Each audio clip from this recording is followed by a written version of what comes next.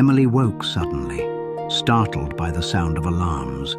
No alarms were ringing, just the farmer's rooster announcing the morning had arrived.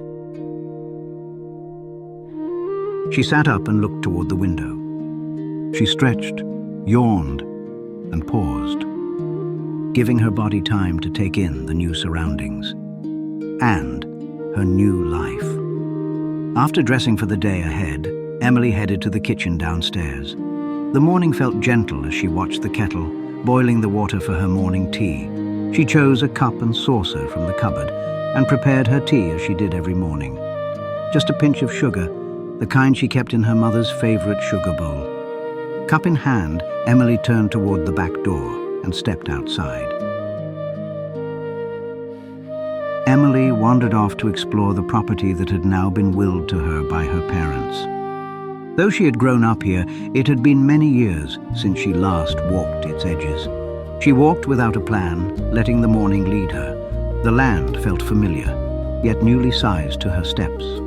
She noticed that the trees were gathered closely in one place, as if protecting something. Curious, she followed their quiet invitation. There, tucked beneath their shade, she found the stream, clear and steady, just as it had always been. Emily smiled softly. Without much thought, Emily slipped off her boots and walked straight into the stream's gentle current. The water was cold, clearer than she expected, and it cradled her ankles as if it had been waiting for her return. She stood there for a moment, letting the stream move past her. The water remembered her first, and then she remembered something. Her father. When she was small, he would sometimes bring her here with him, just to walk beside her. He always let her take off her shoes. Said the water was meant to be felt, not avoided. That cold feet were nothing to fear. Standing there now, Emily could almost feel it the way she had then. The bite of the cold, the smooth stones shifting beneath her soles, the way the stream spoke in little rushes and pauses. She remembered her father's hands, large, rough and warm, holding her steady as she stepped from stone to stone, keeping her balanced, letting her go at her own pace. She had felt safe. She had felt free.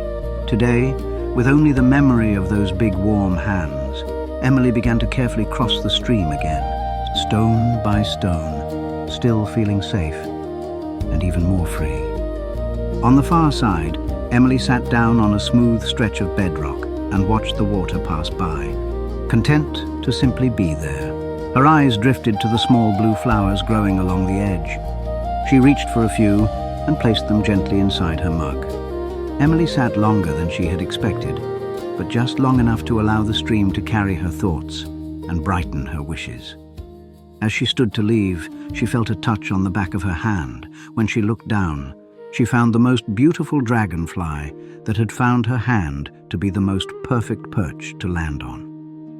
Emily slowly lifted her hand so as not to scare her new friend, bringing it close to her face so she could better admire his colorful display. They both just stood there watching each other with wonder and appreciation, and as quickly as he had lighted, he flew off to the nearby cattails that were growing along the banks of the stream. She could still see him sitting quietly atop the dancing pods. "I feel you just said, 'Welcome back.'" Emily smiled at herself as she uttered, "Nice to see you again, my friend." For a moment, she was still that little girl. Or was she still that little girl?